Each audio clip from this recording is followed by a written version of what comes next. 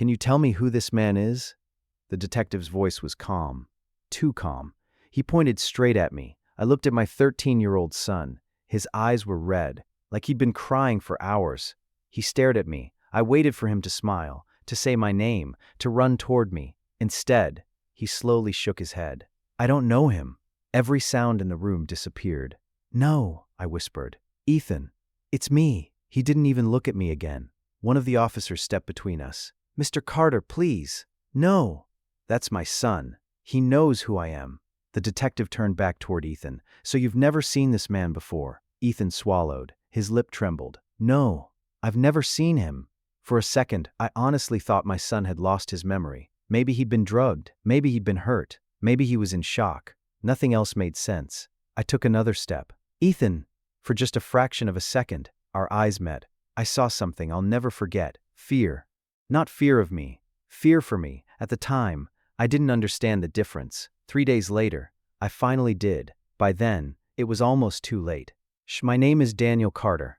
I'm 43 years old. I've spent almost 16 years exposing people who built fortunes by lying to everyone around them. Politicians, developers, executives, fraudsters. You spend enough time exposing powerful people, and eventually someone decides you're worth watching. I'd always accepted that. It came with the job. What I never accepted was that anyone would involve my son. The house didn't just feel empty. It felt unfinished. Every room reminded us someone wasn't coming home. The first year, Ethan barely spoke. He wasn't angry. He wasn't acting out. He just went quiet. Some nights I'd find him sitting on the stairs outside our bedroom, not crying, just staring at the closed door, as if part of him still expected his mother to walk through it. I started sleeping with my bedroom door open, not because it helped me, because I wanted him to know he never had to be alone again. Somehow, we survived, not because either of us was strong, because we needed each other. Every Friday, we went to the same little diner, same booth, same waitress, same cheeseburgers. Claire had taken us there once when Ethan was 5. We never stopped going.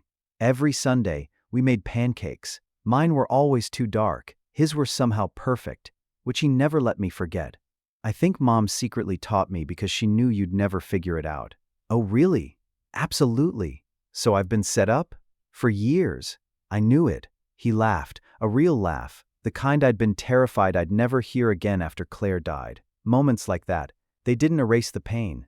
They reminded us life hadn't ended with it.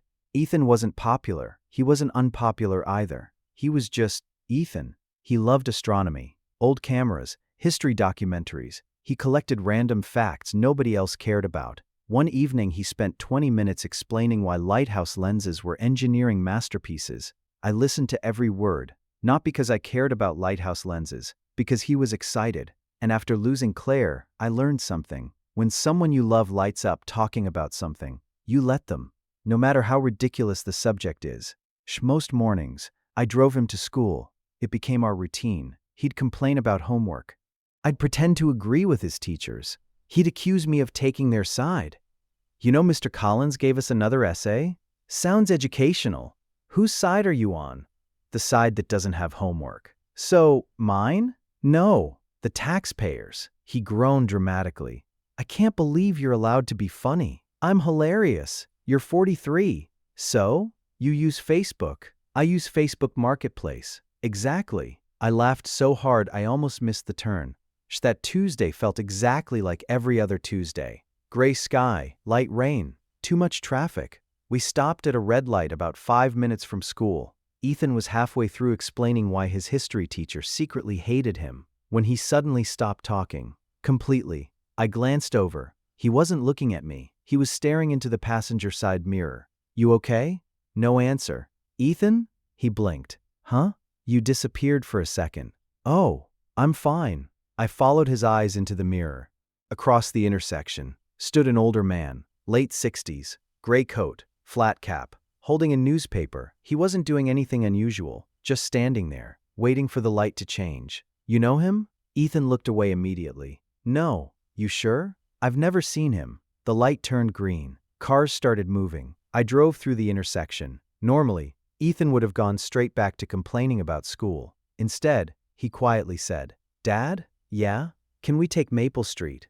We always take Lincoln. I know. So why Maple? A pause. I don't know. I smiled. That's not a reason. He looked into the mirror again. Feel better going that way. Teenagers are strange. Sometimes they develop completely random habits. So I shrugged, turned onto Maple Street, and forgot about the man entirely. When we reached the school, Ethan didn't get out straight away. He was still watching the road behind us. You'll be late. I know. He grabbed his backpack, opened the door, then suddenly leaned back into the car. I love you, Dad. I smiled. Love you too. He closed the door, walked toward the school, and for some reason, looked back at me 3 separate times before disappearing inside. I watched him until the doors closed. Then I drove away. I had absolutely no idea that someone else had been watching him too. The rest of the day felt completely normal. That's probably the part that haunts me the most.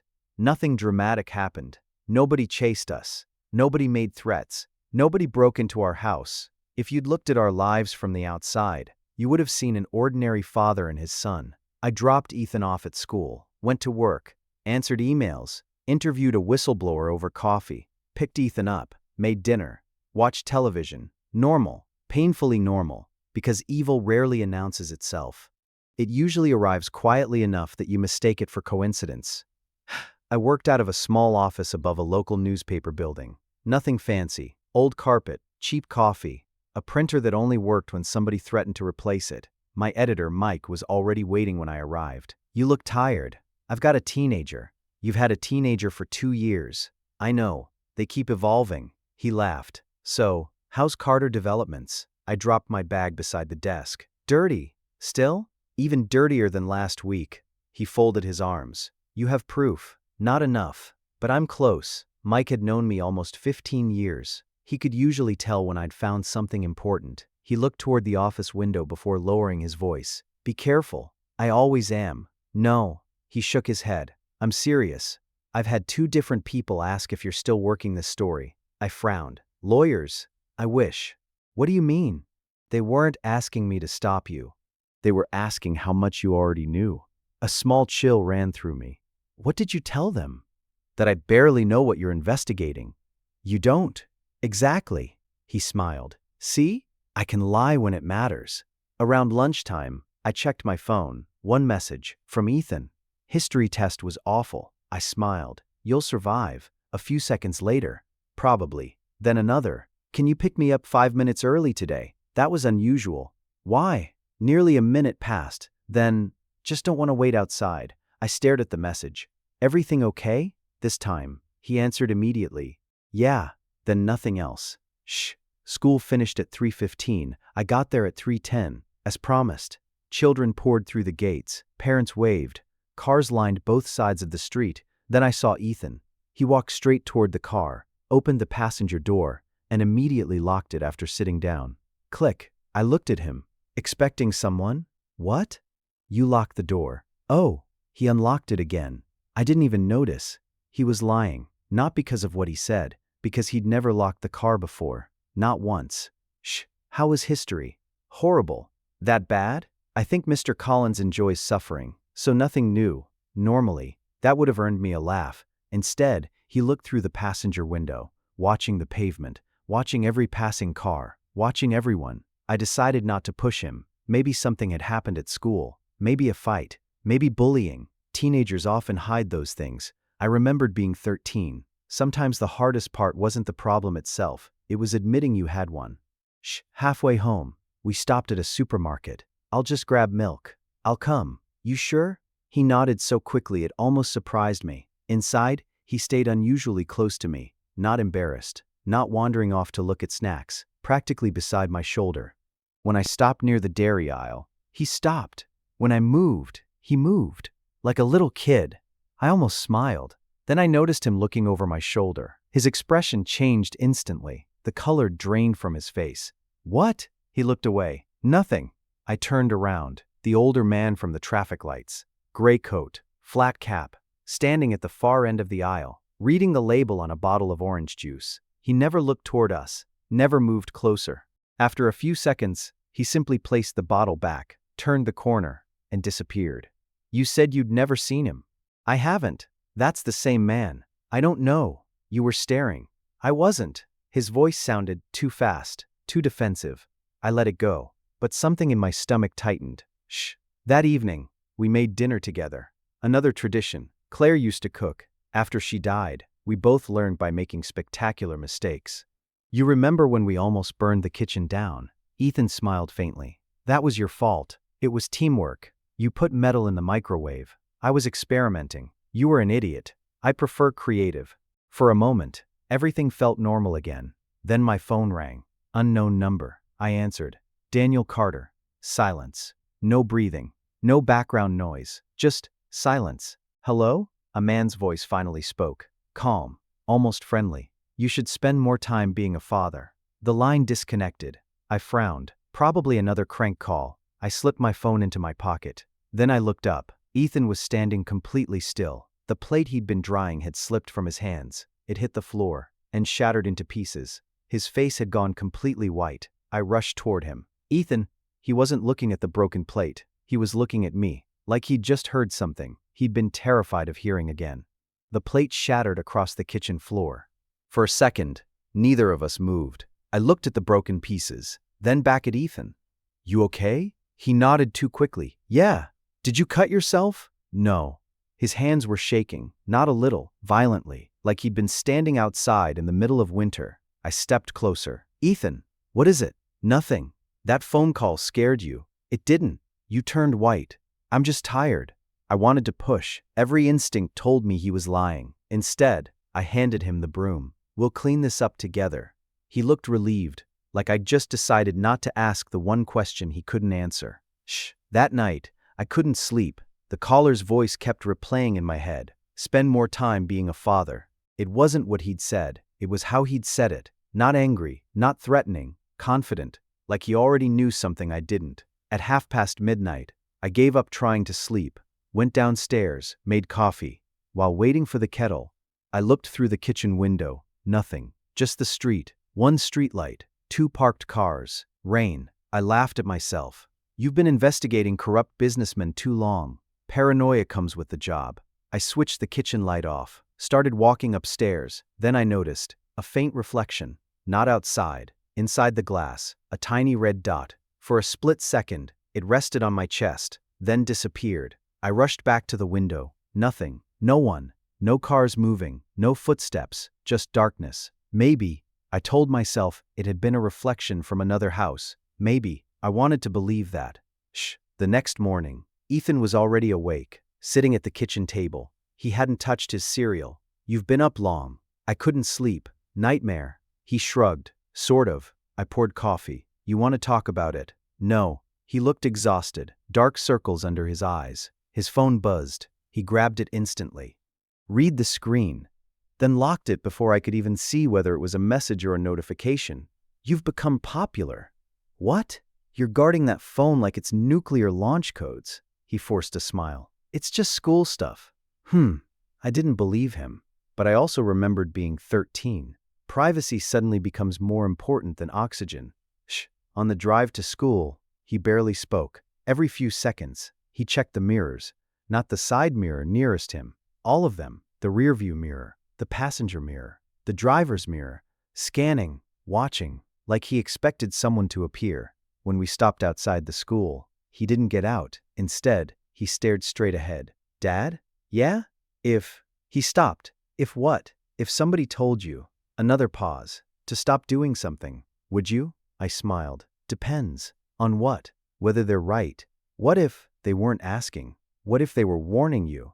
I looked at him. Is somebody threatening you? His head snapped toward me. What? You've been acting scared for 2 days. I'm not scared. Then tell me what's going on. I can't. You can't, or you won't. He opened the door. I'll see you after school. Ethan. But he was already gone. Shh. I didn't drive away immediately. Instead, I watched him walk toward the entrance. Halfway there, he stopped, turned around, looked directly at my car, then looked past it, toward the opposite pavement. I followed his gaze. The man in the gray coat, again, standing beside a bus stop, holding the same newspaper. This time, he wasn't pretending to read it. He was looking directly at Ethan.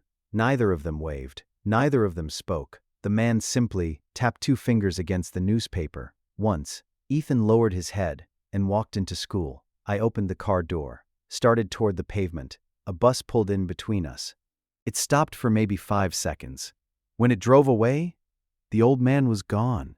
Completely gone. I went straight to work, but I couldn't focus. Around 11, I called the school. "Hi, this is Daniel Carter. I'm just checking. Has everything been okay with my son lately?" The receptionist answered immediately. "Ethan? Yes, he's a lovely boy. No problems that I'm aware of. No bullying? No. No incidents? Nothing at all." I thanked her, hung up. That should have made me feel better. Instead, it made me feel worse. Because if school wasn't the problem, then whatever was frightening my son was happening somewhere else. That afternoon, I arrived 10 minutes early. The school gates were still closed. Children waited inside the fence. Parents stood outside. Then I saw him, the man in the gray coat. He wasn't near the entrance this time. He was sitting alone on a bench across the road, watching. Not the children, not the parents, just the school. I pulled out my phone, zoomed in.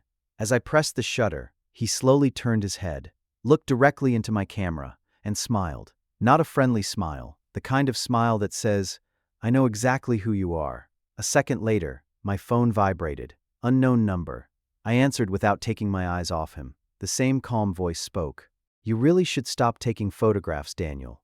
My blood froze. The caller chuckled softly, then said something that made every hair on my body stand up. "Your son gets out in exactly 3 minutes." The line went dead. I looked back toward the bench. The old man was gone. Not walking away, not crossing the road. Gone. Like he'd vanished while I'd been looking at my phone. I ran across the street. Nothing. The bench was empty. No newspaper, no coat, no trace he'd ever been there. 3 minutes. That's what he had said. 3 minutes until Ethan walked out. I turned and sprinted back toward the school gates. Shh! The bell rang. Children poured outside. Parents waved. Cars started moving. Then I saw Ethan. For one terrifying second, everything looked normal. He spotted my car, walked toward it, got inside, buckled his seatbelt. Hey! Everything okay?" "Yeah." He sounded tired, but otherwise, normal. I pulled away from the curb. Neither of us spoke for almost a minute. Finally I asked, "Do you know a man in a gray coat?" His fingers froze on his backpack zipper. "No. I've seen him 4 times now. I don't know him. He keeps showing up wherever you are." I said, "I don't know him." His voice cracked. He wasn't angry. He sounded scared. Shh. We stopped at another red light. Without thinking, I checked the mirror. A silver SUV had stopped 2 cars behind us. Nothing unusual. Until the light turned green. I pulled away. It pulled away. I changed lanes. It changed lanes. I took a left turn I never normally used. So did the SUV. I didn't say anything. Maybe I was imagining it. I took another turn. Again, the SUV followed. Ethan had noticed it too. His eyes never left the mirror. Quietly, almost whispering, he said, "Don't go home." I looked at him. "What? Please, don't go home." "Why?" Please." Before I could ask another question, the SUV turned off at the next junction. Gone. I let out a slow breath. Maybe it had all been coincidence. Maybe, but for the first time, I didn't believe my own explanation. Shh. Instead of driving home, I turned into a small diner, the same one Claire used to love. "You hungry?" He nodded, not because he wanted food, because he didn't want to argue. We sat in our usual booth. The waitress smiled. "The usual. Please." As soon as she walked away, I leaned forward. "Talk to me." Silence. "Ethan, I can't. You keep saying that. I know." "Has somebody threatened you?" His eyes filled with tears, but he still shook his head. "Has somebody threatened me?" "Nothing." "Look at me." He finally did. "I can help you." "No," he whispered. "You can't." The way he said it wasn't hopeless. It was certain. Dinner arrived. Neither of us touched it. The silence between us felt heavier than the plates. Finally, Ethan reached into his pocket. For a second, I thought he was about to hand me something. Instead, his phone vibrated. He looked at the screen. Every bit of color disappeared from his face. "What is it?" He locked the phone. "Nothing." "Ethan, please, don't ask." Then, without another word, he stood up, walked toward the restroom. He left his phone on the table. By accident, or maybe on purpose. I don't know. It buzzed again. A new message appeared across the lock screen. I only saw the first line before the screen dimmed. "We can see both of you." My heart stopped. I grabbed the phone. Unlocked? No, it needed his passcode. Ethan, I stood up. People turned to look. I hurried toward the restroom. The men's room was empty. Every stall, every sink, empty. He wasn't there. I ran outside. The waitress shouted after me. I ignored her. The car park was almost empty, except for the silver SUV. Its engine was running. The rear passenger door was slowly swinging shut. I ran. I don't think my feet even touched the ground. Ethan, the SUV pulled away before I reached it. I threw myself toward the road. A horn blasted. Brakes screamed. The SUV disappeared around the corner. Gone. I stood in the middle of the street, trying to breathe, trying to think. Then I noticed something. The rear door hadn't fully closed. Something had fallen onto the road. A folded piece of paper. I grabbed it. There were only 6 words. Don't call police if you love him. I called 999 anyway. 5 minutes later, uniformed officers surrounded the diner. One officer gently took the note from my hands. Another began asking questions. When did you last see your son? Less than 2 minutes ago. Did he leave willingly? I don't know. Did anyone force him? I didn't see. I hated every answer I gave, because every answer sounded useless. Detective Sarah Harris arrived 20 minutes later. She looked younger than I'd expected, calm, focused, the type of person who never wasted a single movement. She introduced herself, then looked directly at me. Start from the beginning. So I did. The man in the gray coat, the phone calls, the silver SUV, the messages, everything. She didn't interrupt once. When I finished, she remained silent for several seconds. Finally, she asked one question. When did your son first start acting differently? I thought back. The traffic lights, the man, the changed route. She nodded slowly. So not today. No. Several days. Yes. She wrote something down, then quietly said, I think whatever happened today started long before today. Shh.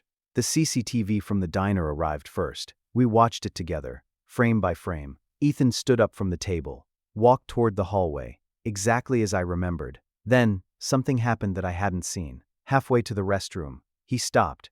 Someone outside the front window raised a mobile phone, just high enough for Ethan to see the screen. Ethan froze. He stared at it for almost 4 seconds. Then, instead of turning toward the restroom, he calmly walked out the front door. Didn't run, didn't struggle, didn't look around for help. He simply followed. Detective Harris paused the video. Zoom. The technician enlarged the image. The phone screen was blurry, too blurry to read. But it wasn't a text message. It was a photograph. We'll enhance it. The technician carried the footage away. Another officer entered the room. We've checked the registration. The SUV was stolen 3 weeks ago. Of course it was. No fingerprints. No usable DNA. No witnesses who saw the driver. Everything felt planned. Too planned. Shh. An hour later, the technician returned. I cleaned up the image. He placed the enhanced frame on the table. Every officer leaned closer. My stomach dropped. The photograph on the stranger's phone was me, standing in my kitchen, making coffee. The picture had clearly been taken through my own window. Someone had been watching my house, watching us, for days, maybe weeks, maybe longer. Then Detective Harris noticed something I hadn't. She pointed to the bottom of the image. There, tiny letters, barely visible. We zoomed in again. The message underneath the photograph finally became readable. One word, now. Silence filled the room. I looked at Harris. I don't understand. She looked back at me. I think I do. She turned toward the officers. He wasn't abducted. I stared at her. What? She took a slow breath. They convinced your son that if he didn't leave immediately, you were about to be murdered. The room suddenly felt impossibly quiet. Every strange conversation, every sleepless night, every frightened glance, every request to quit my job, every lie, none of it had been about protecting himself. It had been about protecting me. I covered my face with both hands. Oh God, he thought he was saving my life. Detective Harris didn't answer immediately. Instead, she looked at the enhanced photograph one last time. Then she said something that chilled every person in the room. I don't think this is the first photograph they've shown him. I stared at the photograph, then at Detective Harris. If they wanted me, why take Ethan? She answered without hesitation. Because you would have fought for yourself. She slid the photograph back across the table. You'd never let someone manipulate you. But a 13-year-old boy. She didn't finish the sentence. She didn't need to. An officer rushed into the room. "We've got something." Everyone turned. The phone company recovered deleted messages from Ethan's mobile. "Can you read them?" He nodded. They weren't text messages. They came through an encrypted app. No sender. No number. He placed printed screenshots on the table. The first one simply read, "Good morning, Ethan." The next, "Did your dad leave for work yet?" Then, "He's wearing the blue jacket today." My blood froze. Another message, "We're watching him." Then another, "If you tell anyone, your dad dies." The room became deathly quiet. There were dozens of messages. Not from one day, not from 1 week, almost 7 weeks. 7 weeks my son had been living inside that nightmare, completely alone. Detective Harris quietly turned another page. This one wasn't from the kidnappers. It was from Ethan. A draft. Never sent. "Dad, I'm sorry. I'm trying to fix it." Another unfinished draft. "Please stop your investigation." Another. "I don't know what to do anymore. I couldn't keep reading. My vision blurred. Every time he'd begged me to stop. Every time I'd thought he was hiding something, he'd actually been begging me to stay alive." Shh. The silence was broken by another officer. "Detective." She looked up. "We've traced the signal." "What signal?" "The encrypted messages." "Where?" "They all originated within 3 miles of Daniel's house." 3 miles. Whoever had done this had been living practically beside us, watching us every day, learning our routines, learning Ethan's, learning mine. Before anyone could speak again, Sarah's phone rang. She answered, listened, didn't interrupt, then looked at me.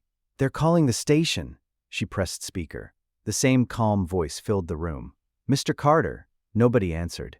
"I know you're listening." Detective Harris signaled for everyone to remain silent. The man continued. "You've made this much more complicated than it needed to be." I clenched my fists. "What do you want?" A small laugh. "I wanted one article to disappear. Instead, you involved the police." I stared at the speaker. "So this was about my investigation?" "No." The answer came immediately. "That was only how we found you." My heart sank. "Then what?" Another pause. "Then, we needed access." "To what?" "You." The line went silent for several seconds. Then the man spoke one last sentence. The boy served his purpose. The call disconnected. Every officer in the room moved at once. Phones, radios, commands. But I wasn't listening anymore. I heard only one sentence. The boy served his purpose. The call disconnected. Every officer in the room moved at once. Phones, radios, commands. Silence. Then another voice. "First floor clear." Another. "Second floor clear." Every second felt like an hour. Finally, one last transmission came through. "We've got the boy." I collapsed into the nearest chair. Tears filled my eyes. But before I could even breathe again, the radio spoke once more. Suspects fled through a tunnel. Sarah closed her eyes for a moment. They had Ethan, but the people behind all of it had disappeared. 2 hours later, I stood outside an interview room. Through the glass, I could see Ethan, wrapped in a blanket, alive. An officer opened the door. "He'll only speak to you." I walked inside slowly. For several seconds, neither of us said a word. Then Ethan stood up, ran across the room, and hugged me harder than he ever had before. "I'm sorry," he sobbed. "I'm so sorry." I held him as tightly as I could. "You never have to apologize. I thought, if I said you weren't my dad, they wouldn't hurt you." Only then did I finally understand the moment that had shattered my world. He hadn't rejected me. He'd protected me. And in that instant, I realized something I should have understood from the beginning. The bravest person in this entire story was never me. It was my 13-year-old son.